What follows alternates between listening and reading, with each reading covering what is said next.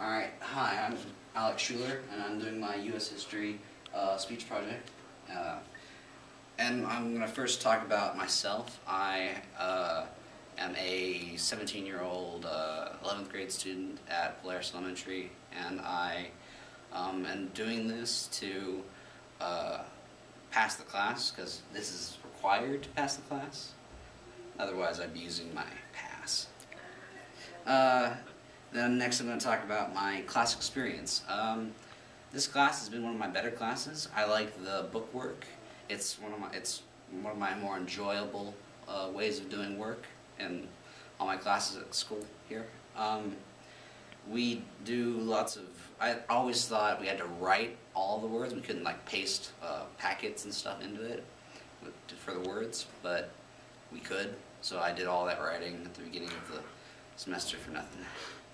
Other than that, this has been one of my best classes this year. I haven't been failing it, I don't think, this entire time. The topic, well, there's 3 topics, which is part of the assignment, which is the place and time, and the person of the history of the United States, and the great idea.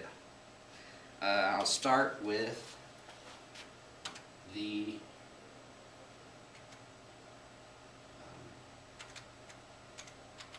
doesn't seem to be doing it.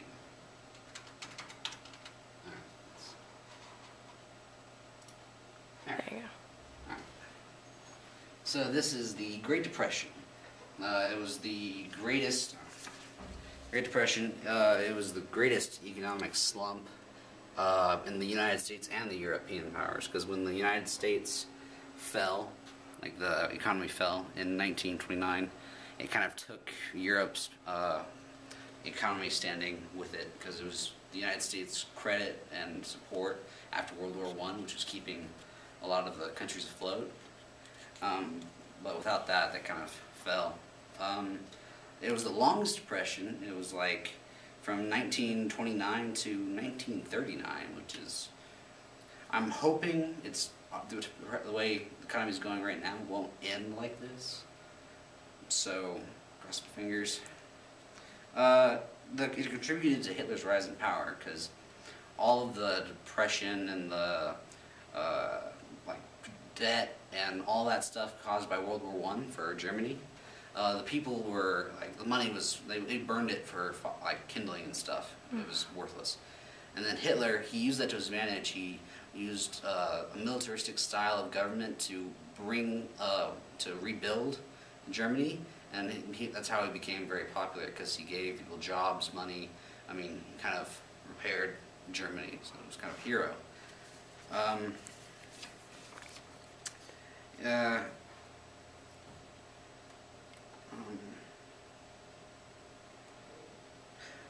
I picked it because we are close to like a economic slump. There's the cliff that's talked about on the news. It's like when like since Congress can't agree on something, that all the debt and stuff is gonna build up to that point, and then we're gonna like fail. And then there's all this like housing market and all this. Yeah, it's just not good for people, and people aren't buying. But that was one of the problems with the Depression.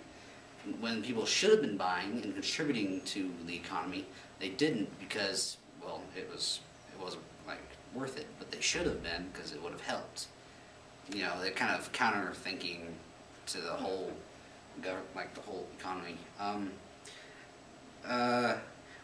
How do we could use the experience from the former Great Depression to help fix the economy and everything today, or if it gets worse, I'd like adapt ideas from this time to repair a similar catastrophe. Now this one is probably one of my more favorite things.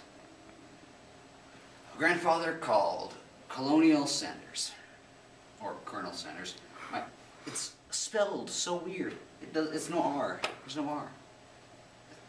My dad said it was Colonel, so.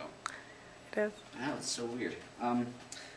He started selling fried chicken out of his gas station during the Great Depression, and it kind of caught on. I mean, he built an empire off that because due to the Depression, labor was cheap. Like, he could hire people for just pennies, and so that allowed him to build and expand faster than he would in like a normal economy, say today. He became one of the few millionaires of the Great Depression time, which was pretty incredible. White suit with the necktie. Alright, his franchise, KFC, is still existing today. That's also another reason why I picked it, because other than it ties with the first topic, which was the Great Depression, it ties with today, modern America, because it still exists from that time.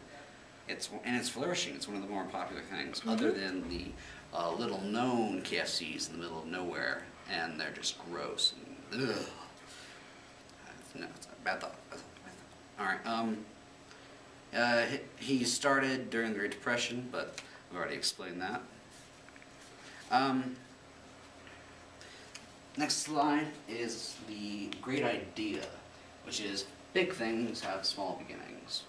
And we've talked about this throughout the entire class of world history. I mean, U.S. history. We started with the settlements. There's Plymouth, and then there's Jamestown, which were some of the first settlements in the New World. And they expanded and grew from little, like, wrecked villages of, like, misery to a fully functioning multi-colony America, which is yet to be the United States. And in my book I'm reading, it talks about how great a challenge it was that we just don't really pay attention to today, to overthrow the greatest power in the world, Great Britain.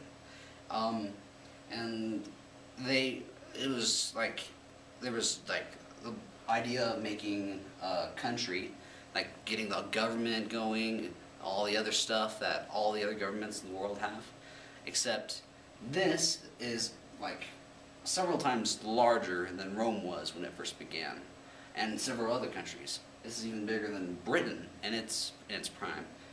And that's kind of a huge task because they don't have like the fast communication like they did before.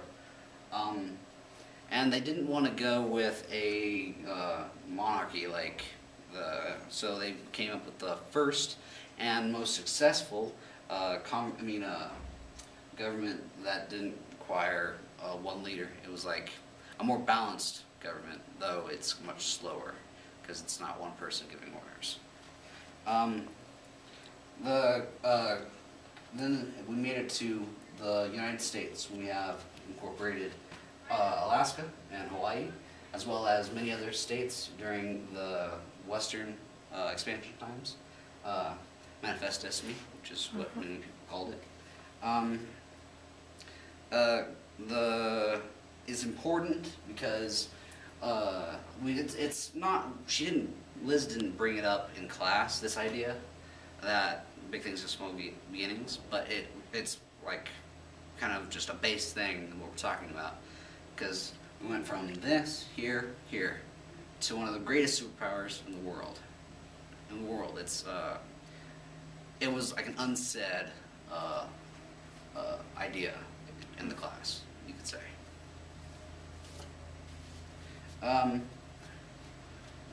What history means to me is it's like all of the stuff, all the mistakes in the past, which could be used to further the future, aren't. Most things happen again and again and again. People don't learn from the mistakes of the past, though it's there to teach us. Also, understanding how things went back then could better benefit the way we progress in the future. I personally really enjoy history. I like ancient cultures. World War II is one of my favorite topics because there's all the Nazi stuff going on. I also like it was the like pre human, like Homo sapiens evolution, like how they like traveled and evolved, because it started out in Africa. They kind of migrated up and out into the Asia and European areas, where they, well, this isn't part of my presentation, but, you know. And that is my presentation on